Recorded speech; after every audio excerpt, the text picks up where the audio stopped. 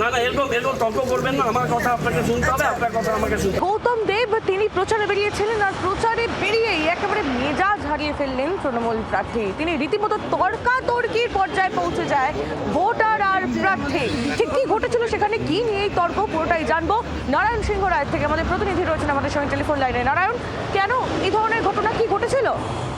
দেখো, আজ সকাল দিকে শহরের মেয়র গৌতম দেব তথা শিলিগুড়ির এবারের বিধানসভা প্রার্থী গৌতম দেব তিনি প্রচারে বেরোন। প্রচারে দিয়ে শিলিগুড়ির একটি স্কুলের ওদিকে সামনে প্রচার করতে গেলে সেই সময় দেখা যায় যে হঠাৎই কিছু এলাকারই মহিলারা এসে গৌতম দেবকে পেয়ে তারা তাকে কিছু কোশ্চেন করে এবং তার পাশাপাশি তারা এটাও বলে যে আমরা কঠোর তৃণমূল করি।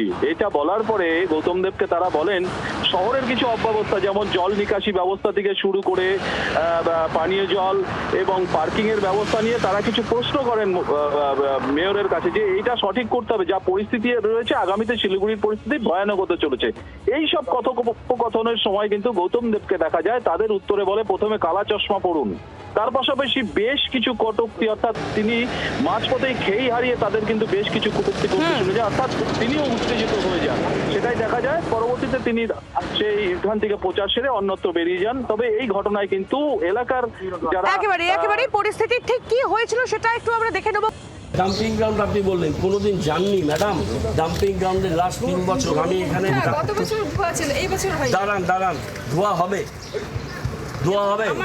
দাঁড়ান, আপনার বাচ্চার শ্বাসকষ্ট, আমি তার জন্য খুব দুঃখিত। সেটা তো আপনাকে কাছে পেয়েছি, আপনাকে তো বলবো। আরে আমি কি করছি সেটা শুনতে হবে আপনার। আপনি তো শুনছেন, আপনি তো করবেন, আপনি তো আমাদের তো না না এরকম তর্ক করবেন না, আমার কথা আপনাকে শুনতে হবে, আপনার কথা আমাকে শুনতে হবে। 100টার বেশি প্রোগ্রাম আছে আর আপনি ভোট দেবেন, আপনার চয়েস, কিন্তু আপনাকে আমার রিপোর্ট কার্ড পাঠাবো এবং আপনাদের কাছে আবেদন করব ভোট দিতে।